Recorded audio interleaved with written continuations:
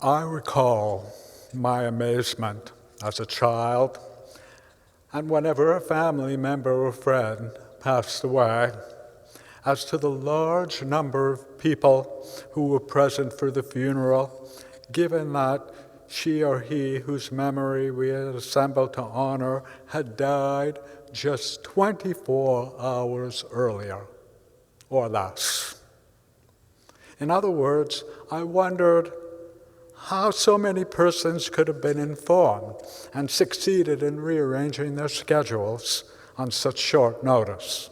After all, we were still decades away from smartphones and electronic social media.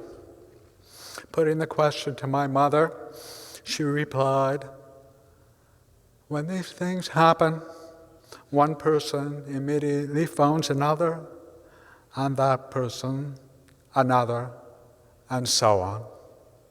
We make sure that everybody knows. It's what we do."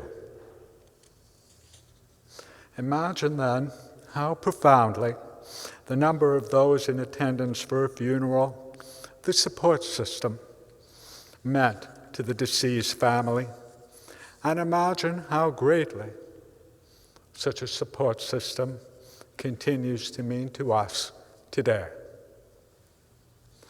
Our Shabbat Torah portion is Yitro, or in translation, Jethro, the name of Moses' father-in-law. This is a text, in part, about support systems. Support systems facilitated by Jethro owing to his life experience, wisdom, prescience. Support systems that our teacher and prophet Moses comes to depend on during the Israelites' long journey through the wilderness. And support systems with which we in 2022 can identify, given the challenges humanity finds itself facing today. At the opening of our parsha, and in the aftermath of the emotional and remarkable departure from Egypt and crossing of the Sea of Reeds, Jethro assumes responsibility for reuniting Moses with his spouse, Zipporah, and their sons. In the Etz Chaim Torah commentary, we read, Moses, up till then, seems to be ignoring his own family. As sometimes happens with leaders, have Moses' official duties caused him to neglect his family and to lose his capacity for intimacy? Several verses later, Jethro again assumes the task of providing a support system for Moses. He advises Moses in the most forthright of terms that Moses must delegate responsibility for overseeing, guiding, and dispensing justice among the Israelites who are in his charge. Jethro says, the task is too heavy for you. You cannot do it alone. Share the burden. If you do this, you will be able to bear up, and all these people too will go home unwearied. According to the Midrash, Jethro sees that Moses is acting like a king who is sitting on a throne while the people stand around him the entire day. And by making the people stand around the entire day, he denigrates their honor. But, writes Rabbi Dr. Norman Cohen, Jethro's criticism is leveled with sensitivity, so Moses can hear his advice without becoming defensive. Quietly, yet with great resolve, Jethro attempts to show Moses the impact that his actions are having on the people and on Moses himself. And what Jethro calls on for Moses is not just any support system, but in the words of the Torah commentator Abraham ibn Ezra, Jethro advises Moses to those who are capable and who fear God not other persons. The weight of caring for the Israelite nation cannot be borne on Moses' shoulders alone. Too much in terms of oversight, teaching, responsibility for the Israelite people lies ahead. 40 years worth, to be exact.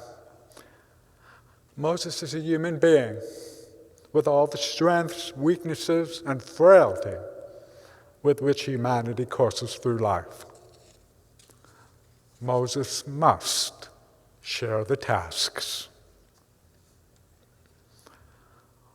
All the foregoing being understood, it's no stretch for us from a 20th century vantage point to see Jethro as the very first family therapist, social worker, and workplace consultant in Jewish, if not all, of human history.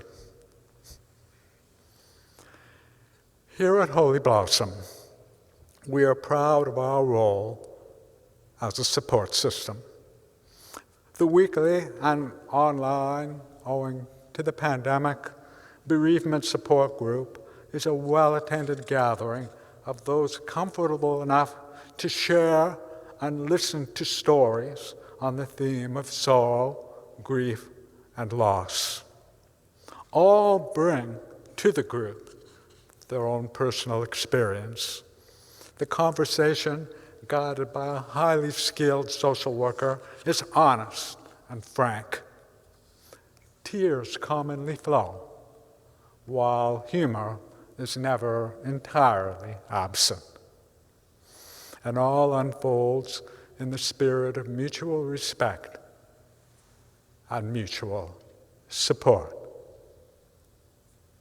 Similarly, the Temple's weekly Dementia Caregivers Support Group provides advice, resources, and not unlike the bereavement group, an outlet and a comforting shoulder upon which to lean for those striving to sustain the quality of life, the integrity, the wholeness of loved ones who are enduring cognitive decline. The Luke Sklar Mental Health Initiative offers education, support, and resources pertaining to the challenges that are faced by persons and their loved ones who are afflicted with depression and other forms of mental illness.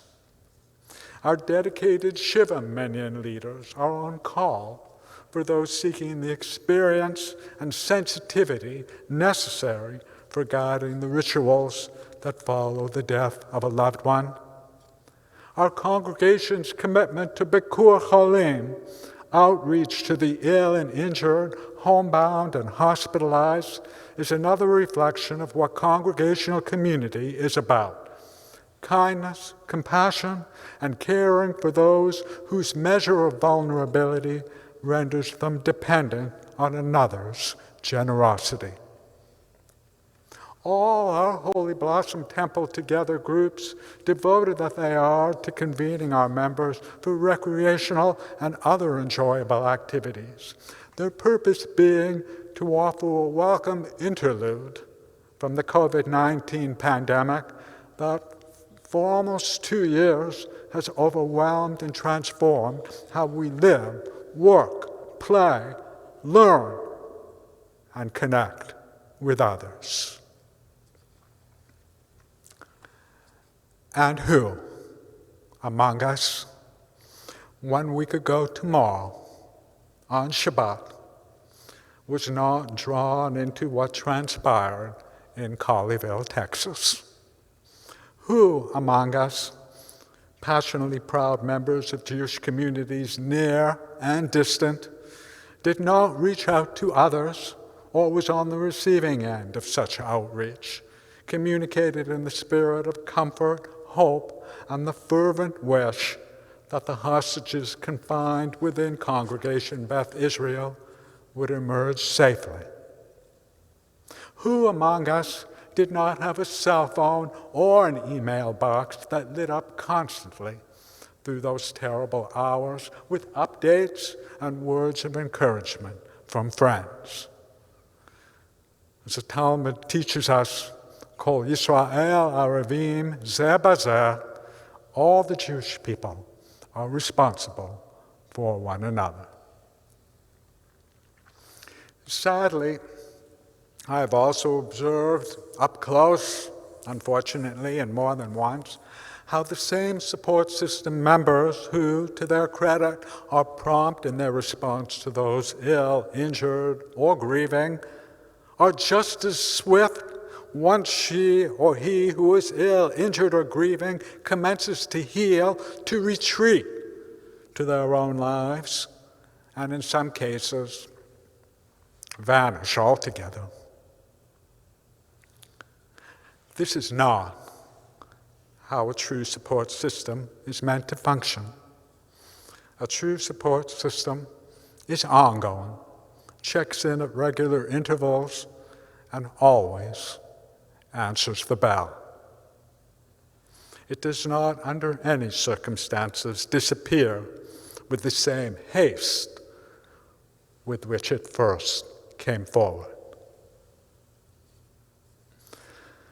The Sassover rabbi taught his students, "From overhearing this conversation between two friends, did I learn how we must love our neighbor.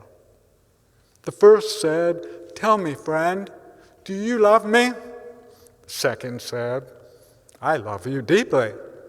The first said, 'Do you know what gives me pain?' The second said, 'How can I know what gives you pain?' The first said, 'If you don't know what gives me pain, how can you truly love me?'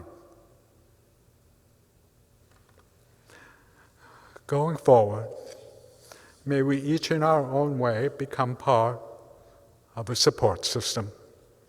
May we each, to the best of our ability, be on standby for those who need us. And may we each, in the spirit of loving one's neighbor, respond accordingly to another's pain. Ken Yehi Ratzon, may it be God's will.